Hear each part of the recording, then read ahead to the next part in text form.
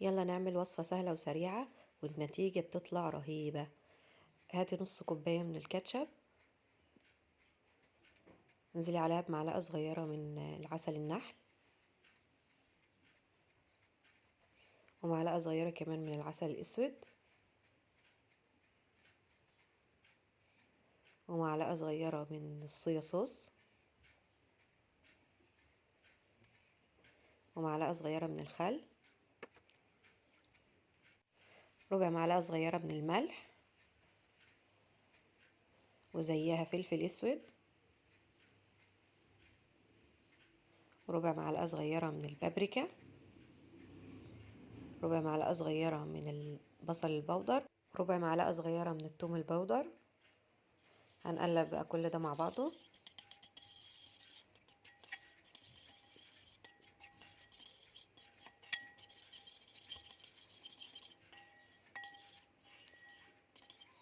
هنسيبه بقى على جنب ونروح نجيب صدور من الفراخ، كمية على حسب ما تحبي.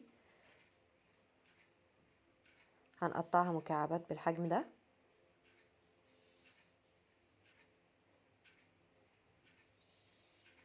هناخدها وننزل فيها بخليط من الدقيق والنشا. قد ما هتحطي دقيق هتحطي نشا. هنقلب بقى الفراخ بتاعتنا كويس ونغلفها بالدقيق.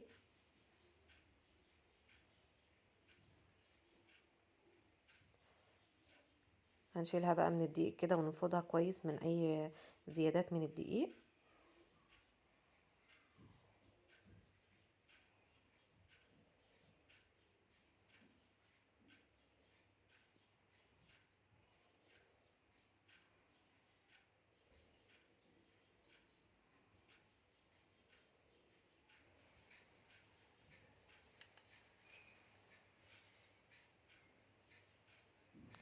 يلا بقى انزلي بحلة على النار ويكون فيها معلقتين كبار من الزيت، وانزلي بقطع الفراخ فيها.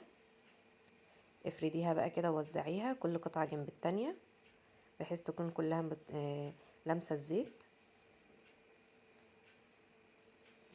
هنسيبها بقى لحد ما تاخد صدمة من الجنب اللي تحت.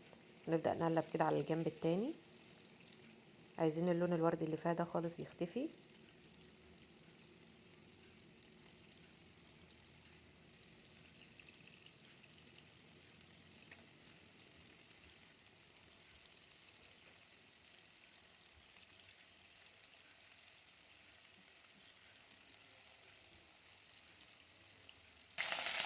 خلاص بعد ما خدت صدمة بقى نبدأ نقلب بقى كده بالطريقة دي من تحت لفوق. نديها تقليبة ونسيبها دقيقتين 3 لحد ما تاخد تحميرة بسيطة كده، ونبدأ نقلب مرة تانية. هنكرر الحركة ديت لحد ما نوصل للنتيجة اللي احنا عايزينها. هنشوفها كمان شوية. هنقلب من تحت لفوق ونسيبها دقيقتين 3 وبعدين نرجع نقلب مرة تانية.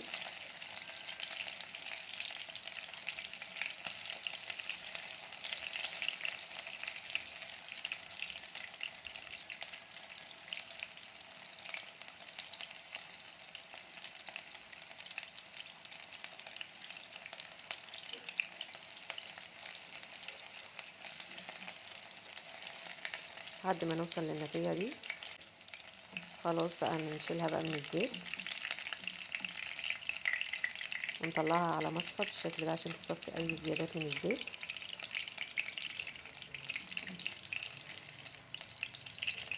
كان ممكن نقليها في الزيت في زيت غزير، بس بالطريقة ديت مش هنفقد طعم الفراخ كله في الزيت. وهنستخدم دلوقتي الزيت دوت في الرز.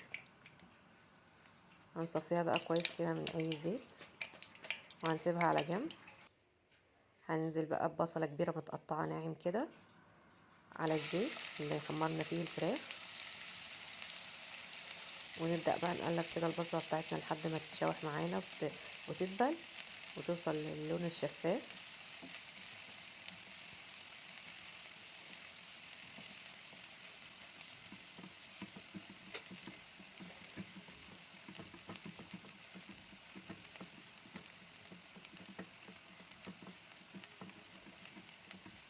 خلاص كده البصلة بتاعتنا بقت جاهزة. هننزل عليها بالتوابل، هتلاقيها مكتوبة عندك على الشاشة.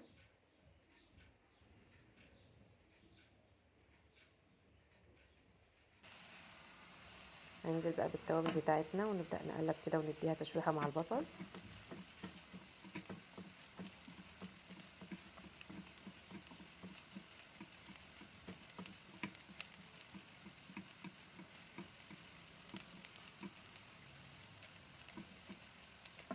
هنروح بقى للصوص اللي احنا جهزناه في الاول، هناخده وننزل بيه على البصل. هننزل بنص الكمية بس وهنسيب النص التاني. هقول لكم هتعملوا بيه ايه كمان شوية. قلبيه بقى تقلبتين كده مع البصل والتوابل. هنزل عليهم بكوبايتين من الرز المصري اللي هو البلدي العادي بتاعنا، نكون غاسلينه كويس طبعا ومصفيينه. هنزل عليه بقى كده على الخليط بتاعنا ونقلب لحد ما الرز بتاعنا يتغلب كله بالبصل والصوص اللي احنا عاملينه والتوابل كمان. نديله بقى تقليبه جميله كده تكون بحيث يتغلف في المواد الدهنيه كلها عشان يطلع معانا فلفل وجميل. هنزل عليه بقى بالميه تكون مغليه. مقدار الميه للرز لكل كوبايه رز هننزل بكوبايه وربع من الميه.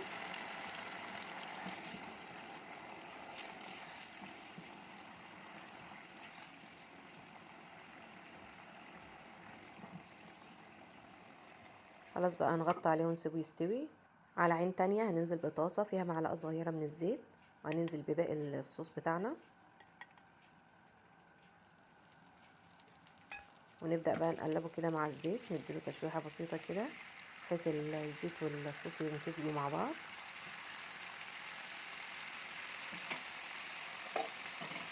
هنزل عليهم بقى بقطع الفراخ اللي حمرناها في الأول، ونبدأ نقلب كده لحد ما الصوص بتاعنا يغلف قطع الفراخ كلها.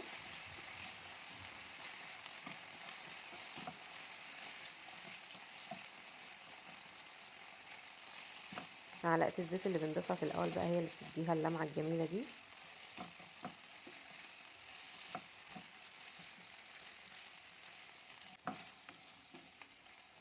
بس كده الفراخ بتاعتنا بقت جاهزة، وفي المرحلة دي هتكون الرز بتاعنا كمان استوى.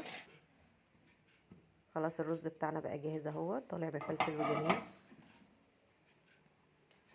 هنديله بس تقليبة كده، ناخده بقى عشان نقدم الطبق بتاعنا. هنزل بالرز كده،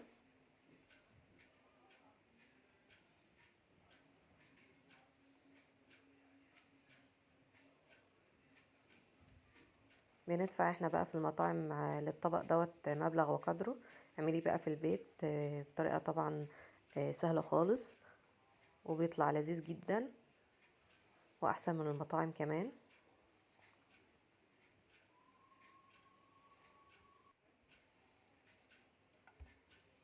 انزلي بقى بقطع الفراخ كده على الوش،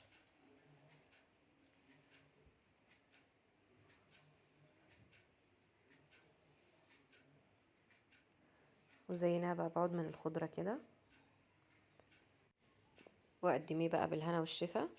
ده كده بيكون الشكل النهائي معانا. بس كده بكده يكون فيديو النهاردة خلص. اشوفكم الفيديو الجاي على خير، بحبكم.